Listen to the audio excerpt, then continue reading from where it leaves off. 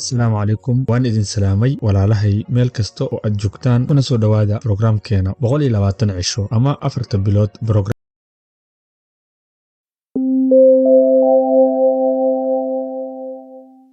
programkan wuxuu ka koobnaan doonaa kow sixidda cuntada. inta badan cuntada marka aad saxayso waxaad u baahan tahay qofka in aad haysato miisaankiisa, dhirirkiisa iyo arrimo kale oo la xiriira caafimaadkiisa sida xanuunada uu qabo iyo allergy waxa uu ku yahay. maadaama programka uu yahay mid u dhaxeeya dad badan, waxaan tusaale ka soo qabsaday shakhsi miisaankiisu yahay 100 kiilo ah. haddii aad tahay 100 iyo dhowrna waad ka qayb qaadan kartaa, haddii aad ka yar tahayna sidoo kale waad ka qayb qaadan kartaa. waxaad ogtihiin in bilowidda shay la bilaabayo Soomaali ahaan aan aad ugu wanaagsannahay, balse marka ay timaado consistency-ga iyo ku celcelinta aan aad ugu liidano oo aan mar walba sugayno qofka doodka inaga riixa kaliya. maahan programkan waxaan aaminsanahay qof walba oo maanta u baahan in uu isbedel ku dhaqaaqo in uu xitaa qof daba socoto uusan u baahnayn. ilaa goormaa su'aal waxaad isweydiin kartaa isbedelaysaa. anigu kuma ballan qaadi karo haddii aad dadaalkeeda la timaadase hal bil ayaad isbedel ku arki kartaa, balse isbedelka saxda ah ee caafimaadka qaba jirku wuxuu dhacaa 6 ilaa iyo sanad markii ay ka soo wareegato bilaawida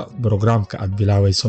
maxaan ka tagnaa inta aan programka aan ku guda jirno? isku day inaad macmacaanka aad ka dheeraato inta aad awoodo kaliya. macmacaanka haddii aad aragtana in naftaada kugu qasbayso, isku day inaad soo koobto inta awoodaada ah oo aad si tartiib ah nafta aad uga goyso. cuntada haddii aan ku bilaawno waxay u qaybsantaa 3 qaybood: waa protein, carbohydrate iyo fatska. mid walibana waxaan isku dayi doonaa inaan gooni u sharxo, sidoo kalena qayb ka qaadano. tusaale ahaan, mar walbo saxankaaga marka aad fiiriso isku day in uu u qaybsanaado 3dan qayb bariiska ama baastada, carbohydrate-ka aad gelinaysid, khudradda oo sidoo kale iyaduna carbohydrate ah inaad qayb ka siiso saxankaaga, halka qaybta kalena borotiinka aad ku shubi doonto. haddii aan ku bilaawno 3da qaybta ugu horeysa waa borotiinka. kow waxaa inoogu jira hilibka geela oo faatkiisa aad u yaryahay, 2 hilibka digaaga ah, 3na waa kalluunka, 4na kalluunka qaybtiisa tuunaha ah. khaasatan tuunaha haddii aad heli karto kan biyaha aad bay u wacnaan lahayd. hilibka lo'da, ariga xisaabta inooguma jiro. intee ka cuneynaa marka? haddii aad tahay qof 100 kiilo ah, 100 garam ilaa 90 garam ilaa 80 garam ayaad ka cabiranaysaa. waan ku celinaya, haddii aad tahay qof 100 kilogram ah waxaad ka qaadanaysaa hilibka 100 garam, 90 garam ilaa 80 garam. haddii aadan miisaan haysanin, ninka aad ka soo gadanayso ama qofka aad ka soo gadanayso ugu sheeg inuu sidaa kugu cabiro. haddii aad tahay marka qof 70 kiilo ah, maxaad samaynaysaa? waxaad qaadanaysaa 70 garam. haddii aad tahay 80 kiilona waxaad qaadanaysaa 80 garam. hadba inta kiilo aad tahay waxaad ku dhufanaysaa 1 garam, kadibna waxaad helaysaa inta garam ee protein ah aad u baahan tahay. muhiimaduna maaha protein hilibka kaliya, waa proteinka oo dhan maalinkii inta aad qaadanaysid waxa aan ka hadlayo. sidee loo karinayaa? biyo ku kari ama dub. haddii saliidda lagama maarmaan ay noqotona olive oil ama saliid saytuun 2 qaando oo kaliya ah ku kari. maalinkii oo dhanna 2daas qaando ka badan in aad isticmaasho lama ogolo. garaamadaas aan soo sheegnay 3 waqti ayaad u qaybinaysaa, ma ahan wax aad hal mar cunayso, qado, quraac iyo casho. tusaale ahaan, 100 garam ee qofka 100 kiilo ah aan siinaynay, waxaad isku dayaysaa 100 kiilo inaad u qaybiso 3, taasoo imaanayso 33 garam oo protein ah in loo baahan yahay waqtigiiba inaad qaadato. 30kaas iyo 3 garam kaliya qasab ma ahan inay hilibka ka imaato. hore ayaan idinkugu sheegay, ukunta ayay ka imaan kartaa amaba whey protein aad qasatay ayay kaaga imaan kartaa. carbohydrate-ka haddii aan wax yar ka dhahno, maxaan ka qaadan karnaa? kow, bariiska waad cuni kartaa, baastada waad cuni kartaa, baradhada ayaad qaadan kartaa, bataata macaanka, rootiga, muufada. laakiin cadadka rootiga iyo muufada ama cayshka waa in uusan mar walba dhaafin 1 ilaa 2. qofka karinayana aad adiga noqoto oo aad la socoto saliidda loo isticmaalay. faatka haddii aan ugu dambaysiyana, saliid zaytuunka, afokaadhada iyo kalluunka, looska, inta ayaa faat kaaga filnaan karta. jadwalkaaga marka waa inuu sidaan oo kale noqdaa: subaxii ku quraaco 40 ilaa 45 garam oo mashaari ah, caano geelna ku shubo. haddii aadan heli karin caanaha geelkana, caano low fat ah ayaad raadsanaysaa. waxaadna ku xoojinaysaa mashaaridaada canabka, tufaaxa iyo fruutka. any fruit aad heli karto. waan kugu celinaya, ha i weydiinin hadhooti macalin kharam uu isticmaali karaa ama camba uu isticmaali karaa. any fruit aad heli karto waad ku cuni kartaa mashaaridaada. quraacda labaad, whey protein ama iso whey ama whey isolate oo lagu darayo loos, caano geel ama caano low fat milk ah. Fruitska aad heli kartana waan kugu celinayaa u isticmaal inaad ku shiidato. Quraacda saddexaadna waa 3 xabo ukun ah, 2 xabo rooti ah iyo jeex avocado ah. Qadada 130 gram ayuu hilibkaaga ka koobnaan doonaa. Digaag haddii uu yahay iyo haddii uu geel yahay iyo haddii uu lo yahay iyo haddii uu kalluun yahayba 130 gram ayaa wuxuu noo yahay xisaabta aan xisaabsanayno. Bariiska aad ku cunaysid ama baastada aad cunaysidna waa in 100 gram aad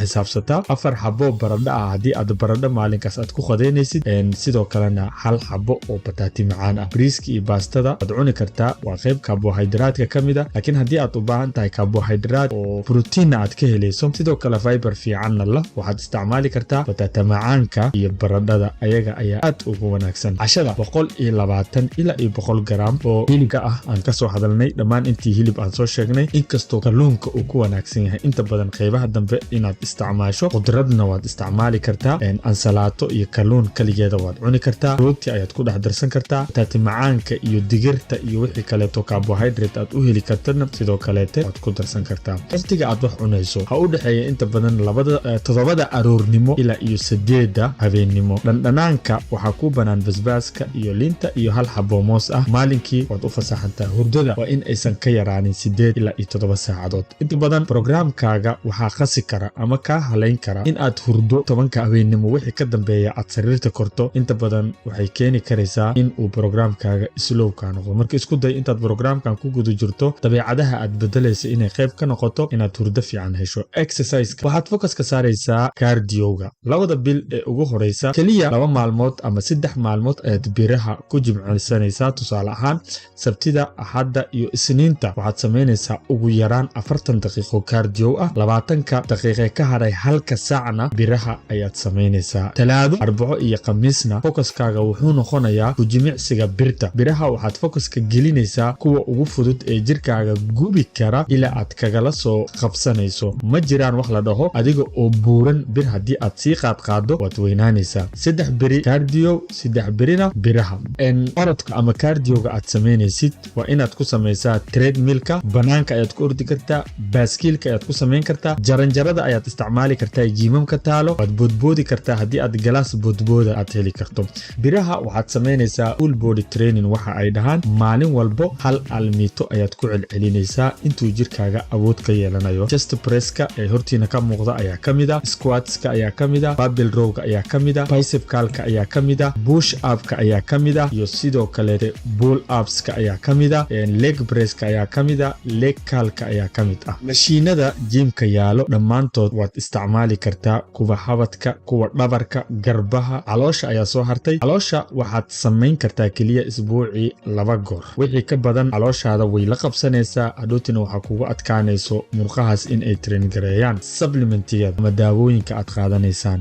Fat burner nooca uu yahay adiga yaqaana. Wax fat burner ah waa inaad isticmaashaa. Goorma isticmaalaysaa? Ka hor gymka inta aadan aadin ayaad qasanaysaa. 2 creatine-ku waxaad isticmaalaysaa marka aad gymka ka soo baxdo. 1 qaando ayaad isticmaalaysaa. Nooca creatine-ka aad isticmaalaysid kaliya monohydrate haddii Ilaahay yiraahdo. Protein waxaad raadinaysaa proteinyada inta badan carbohydrate-kooda uu yar yahay, proteinkoodana uu kor yahay. Xitaa marka aad dukaanka tagto waad u sharxi kartaa, waxaad dhihi kartaa protein isi carbohydrate-kiisana uu yar yahay, proteinkiisana uu kor yahay, sida whey isolate oo kaleete, iso whey 100 oo kaleete iyo gold standard whey protein oo kaleete. Inshallah programka inta ayaan kusoo koobi doonaa. Fadlan waxaan idinka codsanayaa haddii aadan channelkan aadan subscribe dhihin misna programkayga aad ka faa'iideysanayso, waxaad ogaataa inaad reebowday at least kusoo biir channelka. Programkana inta ayuu ku egyahay. Walaalkiin Coach Safriye. Assalaamu calaykum waraxmatullaahi wabarakaatuh.